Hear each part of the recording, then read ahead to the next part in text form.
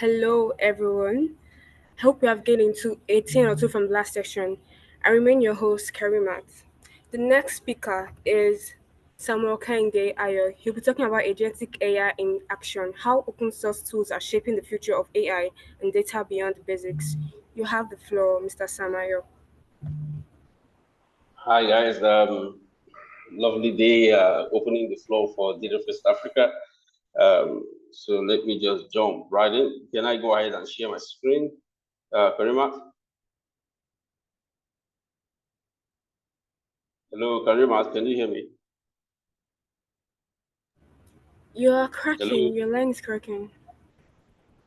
Okay. Let's see. Let's correct that. Okay. I hope it's better now. Is it? I think the weather might also be an influence. Can you hear me now? All right, great. Yeah, so Karimat, I'm trying to share, and I can't share because it's telling me the host isn't allowed to. Isn't allowing multiple presenters, so if you can just allow me to do that.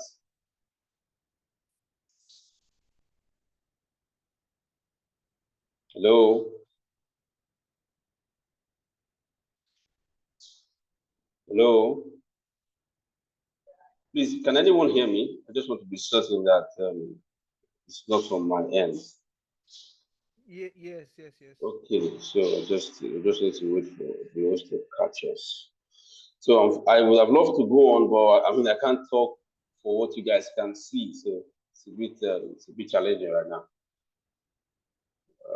And I can't share because permission is carrying out this no permission for me. Let me try and reach her.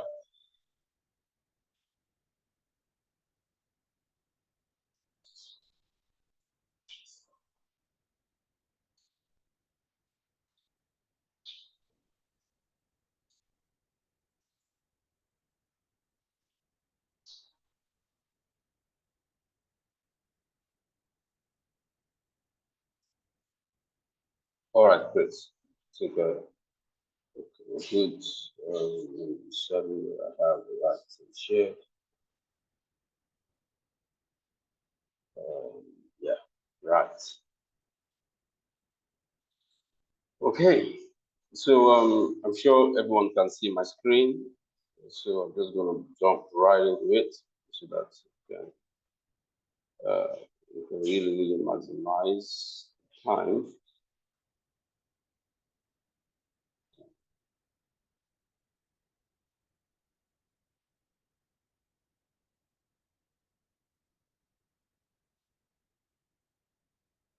Yes.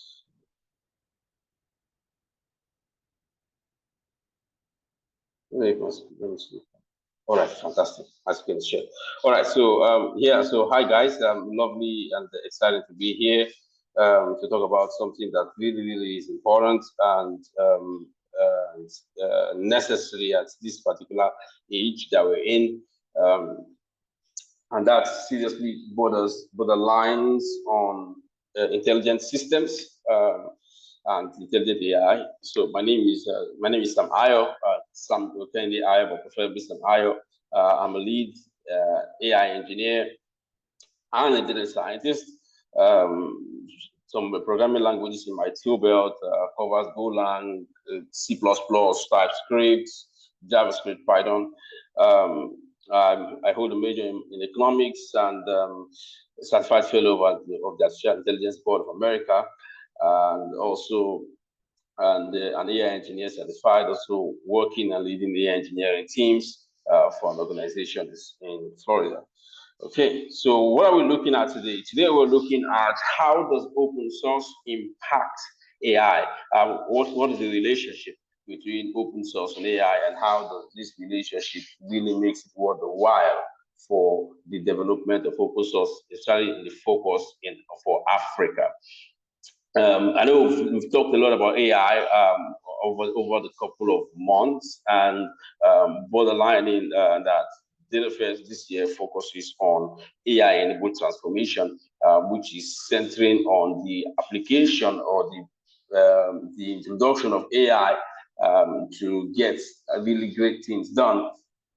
And literally, that's really amazing to look forward to, and that practically is where the drive is right now. Because as businesses begin to get more and more aware of what they can do with data, as they get more aware of what they can do with data, they begin to see the need to become more data literate and to enhance their data maturity. And that, of course, now informs in the introduction and also the rapid growth in data and how data is chunked or pushed into the entire ecosystem, technology ecosystem at large. And of course, we see that the end of this pipeline is AI feeding on that data and doing really intelligent stuff. So we look at AI's rapid evolution, we look at the role of open source AI, we look at some of the benefits and challenges in open AI, in open source democratization, and then we'll look at AI agents and AI in action. All right, so I'd like to open up with this interesting quote from Geoffrey Hinton. By the way, Geoffrey Hinton is considered one of the godfathers of AI. There are lots of godfathers of AI, but in this agent time, the spotlight is on Geoffrey Hinton. Following up to what there is, that is a Nobel Prize winning for his introduction and amazing work in the field of AI. And it says, in a sensible, organized society, if you improve productivity, there is room for everyone to benefit. And the truth there is that is just the basic tenet of open source, right? Where there's improved productivity and everyone gets to benefit literally from that. So how did we get here? Like, how did we get here? AI counter statement to what really has been the narration that most people have been saying, that it's a new role, it's a new technology, has not really been a new technology. As a matter of fact, it predates many of the latest technology that we have in vogue right now, beginning its early years from the 1950s, where we have rule-based or logical AI. The initial approach to AI then was a dominated rule-based system and the symbolic reasoning. So researchers then focused more on programming computers that were going to follow explicit instruction and solve problems using logical rules. And one of them is logic theorists like Alan Newell and Herbert Simon. That's in 1995, where they designed mathematical theorems that was used to build on the successful AI programs as at the time. Now, as that went on, we find that AI research began to expand. Mathematical theories and algorithms were beginning to be built, problems were beginning to get solved. It began a boom of what is called expert systems. Such expert systems like Dendral, Mycin, all showed very good potential for AI in the field of medicine and also chemistry. They introduced expert systems that could emulate to a particular degree decision-making abilities in humans, right? And majorly tailored to specific domain. So this went on for over a decade as it kept on expanding and great stuff began to happen.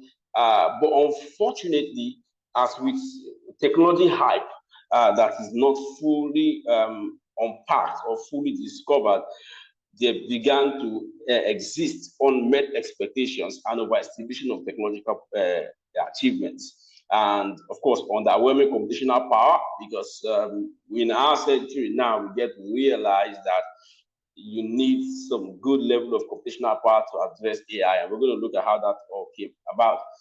Because of these, there was now very slow research and slow breakthroughs going on in AI and stalling the advancement of AI, and that broke into the 1970s, late in the 1970s, and that's what we now refer to as the AI winter. There were really no major work going on. These expert systems and the base systems were no longer able to learn with good capability references, and their reliance on predefined rules made them extremely limited, and that threw us into the AI winter. Now, sequel to the AI winter and little or no work going on, we landed in the 1980s, where we now saw a strong resurgence in AI. And we find pioneering work from amazing researchers like Geoffrey, Yang, Yoshua Bengio, introducing amazing algorithms and solutions that was shifting the paradigm in how AI was being done. So we moved quickly from logic and expert-based systems into commercial AI. And that commercial AI brought strong surgeons to machine learning. So they saw the capability that, oh, this is moving beyond just closed door research and engineering to commercial aspects where businesses can bring in their data, and with the data of these businesses, they are able to actually learn from them and make inferences that could help and expand the business. And then these laid serious and strong groundwork for neural networks that revolutionized AI for over a decade. So we saw machine learning algorithms as well, such as decision trees, SVM, neural networks that could recognize pattern in data and also create really big boom. Now, that lasted until we got into what is called the AI explosion. The AI explosion now started from 1997 and lasted till 2016. So what we saw then was around 1997, LSTM by Sepp and Jorgen. We saw also IBM's Deep Blue making an historical achievement in chess. By then, we moved on to the 2000s, where we saw a breakthrough paper from neural probabilistic language models. Then down to the amazing 2006, where Feifei, considered the godmother of AI, introduced ImageNet with visual database, right? And then we moved to 2009, right, where Andrew and Rajat, if I'm not going to blunder the name, right, introduced GPUs as a technique to scale unsupervised learning in the paper called Large-Scale Deep Unsupervised Learning using GPU, that using graphical processors. And this brought about a really large boom in training large neural networks that could do amazing stuff. And then down to 2011, with Apple's launch of Siri, to 2012, where we had Geoffrey and Ilya and Alex as well introduced the deep convolutional neural network architecture for ImageNet Challenge, down to 2014, right? Iconic 2014, where we had Ian Goodfellow and the colleagues introduced generative adversarial network. And then to 2016 again, where we had AlphaGo, right? AlphaGo from Google. And then we had a bit of silence, right? The AI community was still munching on what has been achieved. And then we had a bit of silence that now led us into a more massive breakthrough that occurred in 2017. And that is what we call the attention is all you need paper from the Google researchers, right? A combined effort from Google DeepMind and Google Brain. And that launched the transformer architecture that revolutionized not only how we look at data on a numerical level, but how we look at data on a categorical level. Categorical level this time means textual data. So you can consider it as how we look at data on a structured level and how we look at data on a non-structured level. So transformer is architecture is all you need. Brought the transformer architecture, and that created a massive boom of what we can do with AI. We see that in 2018 when OpenAI released GPT. Sorry, Mr. Sam Ayo. Sorry, you Yeah. have 5 minutes to question and answer session. Can you drop your questions in the chat box? Okay, I have 5 minutes for question and answer. Yeah. Yes, yes. Yes, yes, I'm aware. But my time is 11:40 if I'm not wrong. Your time ends by 11:20. 11:20. Okay, yes, exactly. Thank you.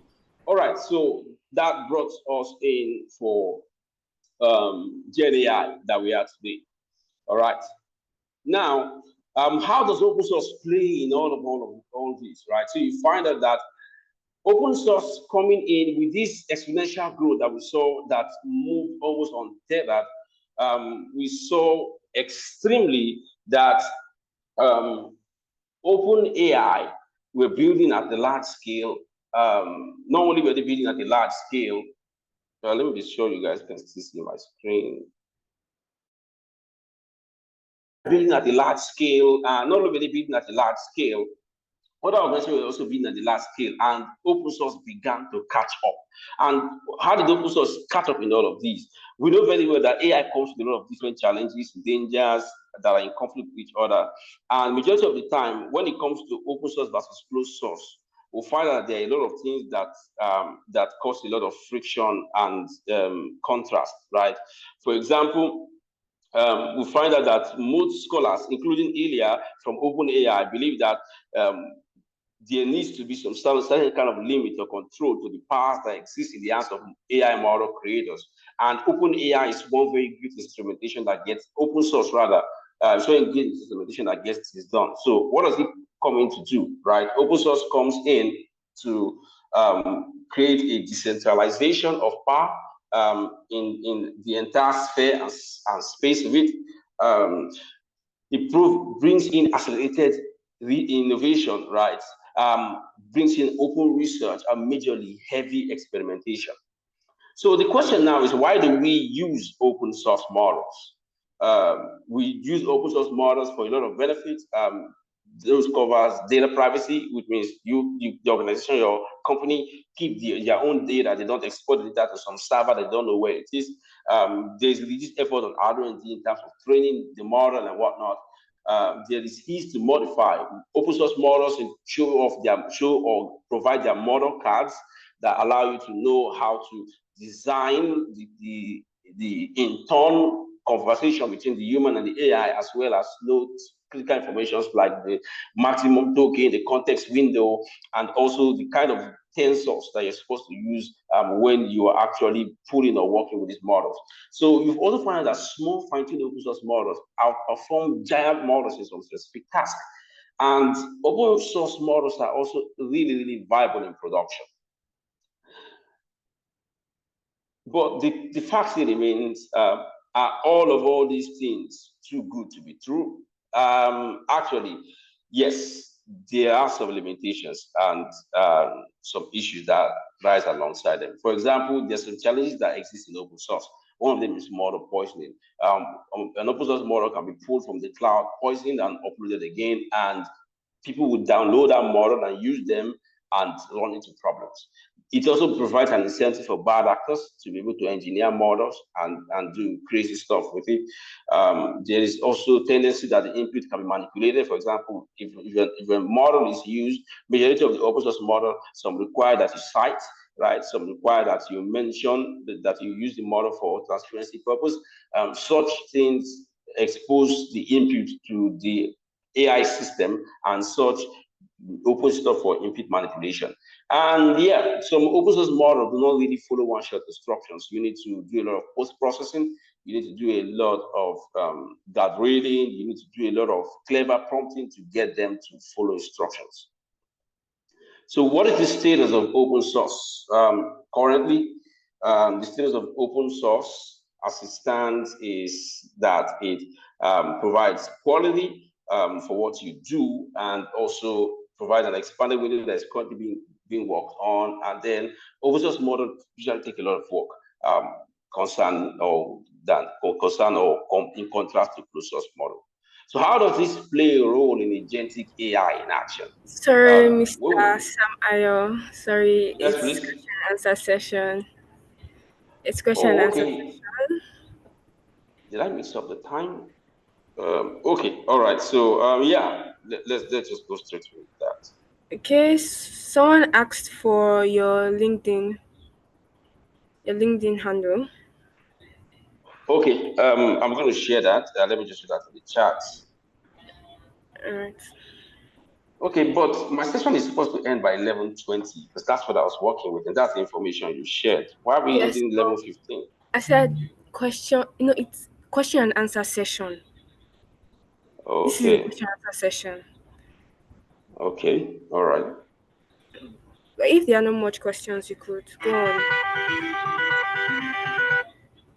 Someone asked, how does one get started in open source as an AI engineer?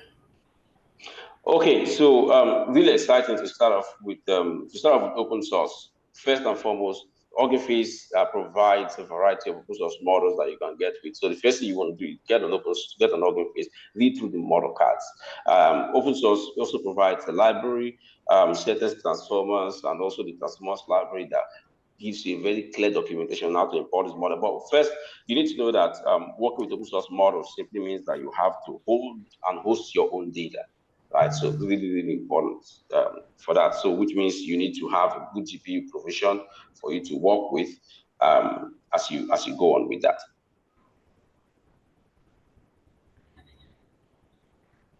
Okay. Daniel says, when working with LLM, how easy is it to make one from scratch, or do we have to use API of GPT? Okay, so you literally cannot make your own LM from scratch to match current performance of most LMs out there. That's a lot of compute and a lot of data you need. But if your question is how to implement them, if you're going to go with API models or hosted models, it depends on what your organization is looking at. If you're looking tough on data privacy, yeah, you can go with open source model. You select the really amazing open source. For example, NVIDIA just introduced a Nemotron 70B, which matches the performance of the 4 based on evaluation that has been shared online. So, but if you're going with APIs, of course, you know you're going to have a higher reason and intelligence with the model, but you have very little control because they are behind gated walls. So it's basically just what your organization decides. Ella asked, where, as a follow-up to her previous question, I believe, where do you Okay, find she such asked what? models? Where do you find such What do you, models? Yeah, A I follow-up mentioned to her. that those models, Organ Face. Yeah, you can find them on Organ Face library. Organ Face, or that should be organface.com, organface.com. If I'm not wrong, yep, I don't think that's wrong. So organface.com, you can find models there that you can actually select. They have like a very great interface that's properly sectioned, so you can look through models.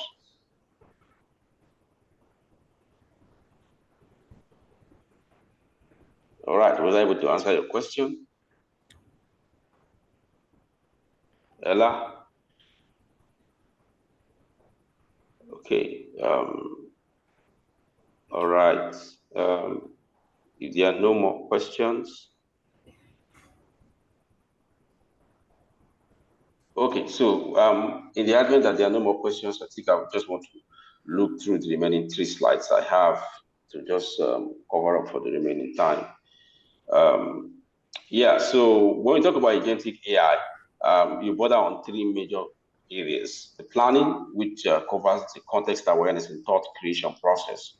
The decision making, which covers the reasoning and articulation of steps for solving complex problem. And then we talk about the environmental interaction, which is broken down into tool use and tool call. I should also mention that picking a model for agentic solution, you need to be meticulous about what model you're picking because they require that the model you're using have very, very good reasoning capabilities. So you want to focus on models that have really good, strong reasoning capabilities on the leaders board.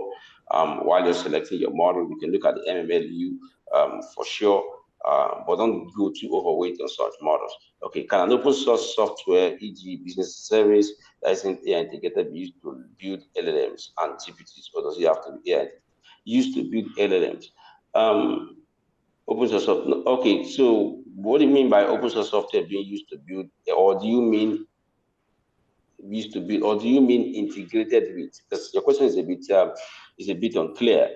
But if I understand what you're trying to ask, if you build an open source solution like a business service and integrate open source AI and LLMs with it or GPTs with it to serve customers, of course, yes, you can literally do that.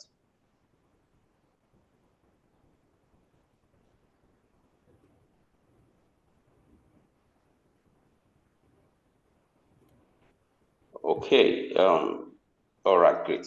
Yeah. So just a footnote. Open source is doing something amazing, and it borders strongly on how everyone is willing to contribute or give their time to furthering this. The challenges are there, right? But the truth still remains that the solution, the benefits outweighs risk, and proves or provides a good way to expand your knowledge as an engineer, so that you know how the inner workings of these things work, especially when you talk about positional encoding or key query and key query value, and how they enhance or control model performance. All right, thank you so much. There's another question in chat. Okay, so I implement models from papers. For example, attention is all you need paper. Is it more efficient to build a model at least from scratch, or should I use real-time APIs, data question tools for faster deployment? What are the trade-offs between two approaches? Excellent question. So first and foremost, like I mentioned earlier, you do not want to really build your own transformer model from scratch, because you need a lot of data to bring it up to performance or bring it up to speed. You need a lot of data. But then again, that borders on what are you trying to achieve, right? If you're not trying to achieve general knowledge task model, then that's fine. If your model is tailored and domain specific, then of course you could build from scratch, gather enough data that covers a lot of edge cases, and then test out as you go. Right. But if you are going to be integrating with customers, I would strongly suggest that you use real-time APIs or use open source models to get going, and then use data you collect from that to then fine-tune or use that to build your own new model. Right. The trade-off between both of them is, one is slower to production. That is, if you're building your own, it's slower to production. It's very error prone. You still need to recycle data or retrain data on it, and also it's compute intensive. The other one is the challenge there is that the other one, the benefit is you go to market faster. The only challenge there is you don't have control over the model, which means that some necessary behavior you want to control, you need to be able to do that on a prompting level rather than doing that on a fine-tuning or training level. But best is how soon do you want to go to market, because that's the major drive. But the good part is implementing papers gives a very, very robust view of how these things work, which of course makes you really, really an exciting engineer. Thank you so much, Mr. Ayo, for that insightful session. I hope we all gained a thing or two from this session. The session has come to an end, and you may leave the session and join the next one. Thank you. All right, thank you so much, guys.